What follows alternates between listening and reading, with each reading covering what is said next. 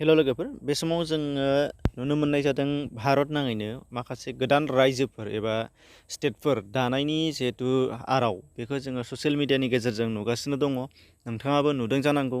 दा बेनिनो मोनसे जायखौ गोदोनि कच राजा आरो बे कच राजानि रायजोखौ होफिननो थाखाय बेंगलनि माखासे खोन्दो आरो आसामनि माखासे खोन्दोखौ सरजाबनानै दानो नागिरनायनि बाथ्राया सानथाम सानब्रैसो सिगांनिफ्रायनो ससियेल मिडियायाव गोसारगासिनो दं आरो बेखौ लानानै गोबां दावराव एबा गोबां बिबुंथि सोलिलायगासिनो दं गोबांथार हारि हारिसाफोरनि गेजेराव। दा बेनिनो गेजेराव जोंनि बर'फोरनिफ्रायबो बियो साननो गोनां जानानै दङ आरो बेखौबो दुलाराय बर' फरायसा आफाद आरो गुबुन गुबुन दैदेनगिरिफोरा ससियेल मिडियानि गेजेरजों फिनजाथायबो होनाय जाबाय, फिनजाथायबो खालामगासिनो दङ, बुंगासिनो दङ। दा मानो होनबा बेयाव मख'नाय बादिब्ला जायखौ जों खौराङाव नुदों बियो जोंनि 6 सिड्युल दानानै होखानाय बर'फोरनि जिहेतु बिटिसि बिनिनो मोननै जिल्ला चिरां आरो क'क्राझार जिल्लाखौबो बिथांमोना मख'फानाय दङ होननानै खौरां बिजोङाव जेखौ खोनादों एबा नुदों। दा बेनिनो सायाव लानानै नोंथांमोननि सिगाङाव भिडिअ लाबोनो नागिरदों। दा बे जाहैगोन जोंनि जोबोद गिदिर मोनसे खैफोद आरो बे खैफोदनिफ्राय जोङो जुदि जामारोबा बियो माब्लाबाबो जोङो उदां मोनस्रि मोननाय नङा। दा बेखौ जोङो गोसोआव लानो नांगोन। दा बेनि थाखायनो दासो जिहेतु बे बाथ्राया बुंजेनदों, खोनाजेनदों बेबादि मोनसे रायजो जानांगोन होननानै जेसेबां सैथो जेसेबां मोगथां महर मोनगोन जों बेखौ बुंनो हाया। नाथाय खिलिजेननाय एबा बुंजेननाय समावनो जोंनो बर' माहारिफ्रा बर'आ गावजों गाव खौसे जानायनि गेजेरजों बेखौ होबथानो लामा लायाबा बियो जाफुंनाय नङा। बेयाव सोरबा लिडारनि खोथाल' सोलिनाय नङा, सोरबा बबेबा पलिटिकेल पार्टिनि खोथाजोंल' सोलिनाय नङा, सोरबा मोनसे माहारियारि आफादनि खोथाजोंल' बियो सोलिनाय नङा। जेसेबांनाखि बर'नि हारिनि खोथा सानग्रा एबा हारिनि आफादफोर दं बियो बाहागो लाथारनांगोन। राजखान्थियारि आफादफोराबो बाहागो लानो नाजानांगोन आरो बेजों लोगोसे जेसेबांनाखि ससियेल इन्टेलेक्सुयेलफोर दङ, ससियेल एक्टिभिस्ट दङ, बिथांमोनहाबो खामानि मावनो नांगोन।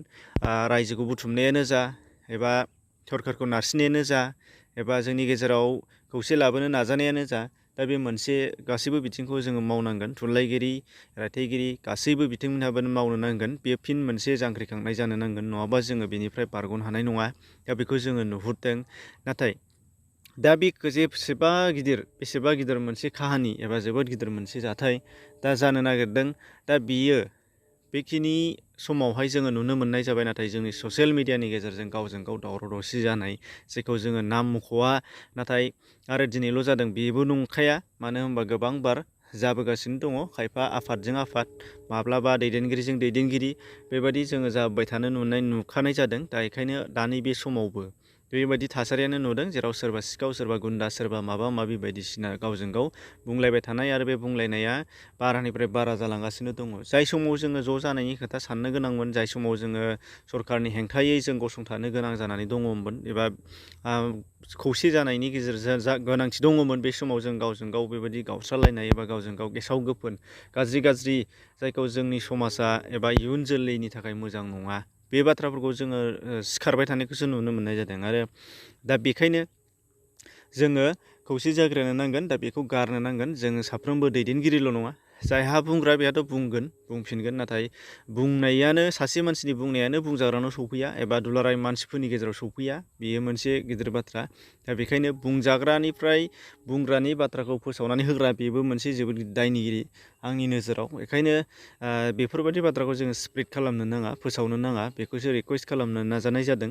आरो बेफोरबायदि बाथ्राफोरखौ एबा बेफोरबायदि खौरांफोरखौ जोङो जेसेबां हायो दोनखोमानोसो नाजानांगौ, गावजों गाव जिहेथु जाया बेनि थाखाय। जाहाथे खौसेया बेयावनो बायलांदों।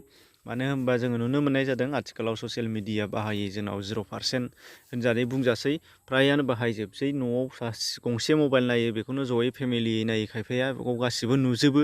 दा बे हिसाबैनो खावलायनाय जादों जाहाथे बेबायदि जाया आरो बेफोरबायदि खौरांफोरखौ खौरांगिरिफ्राबो एसे थाल लानानै फोसावनांगोन। आरो जायफोरा जोंनि हारिनि सायाव गाज्रि एफेक्ट गोलैगोन, दा बेफोरो जायफ्रा इयुन जोलैनि सायाव गाज्रि एफेक्ट गोलैगोन, दा बेखौबो नायनो नांगोन। बेखायनो खौरांगिरि बिथांमोनखौबो जोङो खावलायहरदों एबा साननो नांगोन नोंथांमोनाबो, जाहाथे बेबायदि बाथ्राफोरखौ फोसावनानै होआ एबा बाथ्राफोरखौ बांद्राय गोथौयै लाया।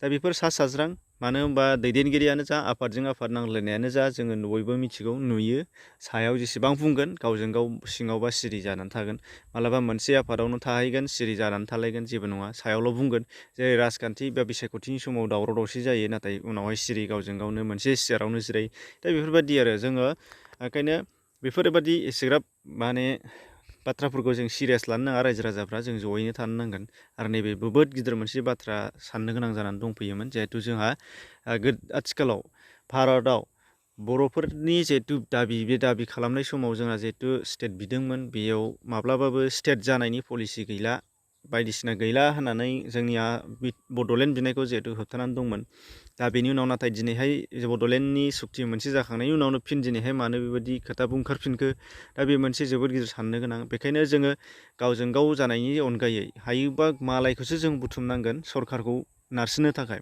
दा जेराव जोंनि गेजेराव बड'लेण्ड होनबा जोङो गावजों गावल' जोंल' बुंनो हायो गुबुनाथ' जों गैखायानो दा बेखायनो जों गुबुनखौसो जा हायो बुथुमनांगोन नाथाय जोंनि गेजेरावनो जों गावबावबाथ' आरो मा जानो बेखौ जों बयबो उन्दै खि गोरों मिथिगौ दा बेखायनो गोबाव खालामाजासे नोंथांमोननि सिगाङाव बेखौनो फोरमायनो लानाय जादोंमोन जिहेतु जे मोनसे जोबोद गिदिर जेंनाया फैगासिनो दङ बेनि थाखाय जों साफ्रोमबो गसंनांगोन सोरबा इउटुबारानो जा सोरबा बेक्तियानो जा सोरबा सासे माने लाइमोनानो जा सोरबा मोनसे आफादनि सोद्रोमायानो जा राजखान्थियानो जा सुबुं एबा मा होनो इन्टेलेक्सुवेलानो जा साफ्रोमबो जयैनो जानांगोन आरो गसंथानो नांगोन सरखारनि हेंथायैसो गसंथानो नांगोन गावजों गावनि नङा दा बेखायनो जोङो सरखारनि हेंथायै गसंथानो थाखाय आरो जिहेथु बे मोनसे थांखिया जाथारनाङा सेपारेट स्टेटआ जोंनिया बड'लेण्डआबो जाथारनांगोन नाथाय गुबुन रायजो जानायाबो जोंहा अबजेक्सन गैया जानांगौ जाथों नाथाय बड'लेण्डनियाव हाबखानो नागिरनाय बड'लेण्डआव थाखानाय ओनसोलखौ जोंनो मालाबाबो हगारना होनो हाया एबा हगारना होनो हानाय नङा दा बे मोनसे बाथ्रा दा बेखायनो जों बेनि थाखाय जों गसंथानो नांगोन दा बेखौनो नोंथांमोननि लोगोसे शेयार खालामनाय जादोंमोन एसेनोसै गोजोन्थों।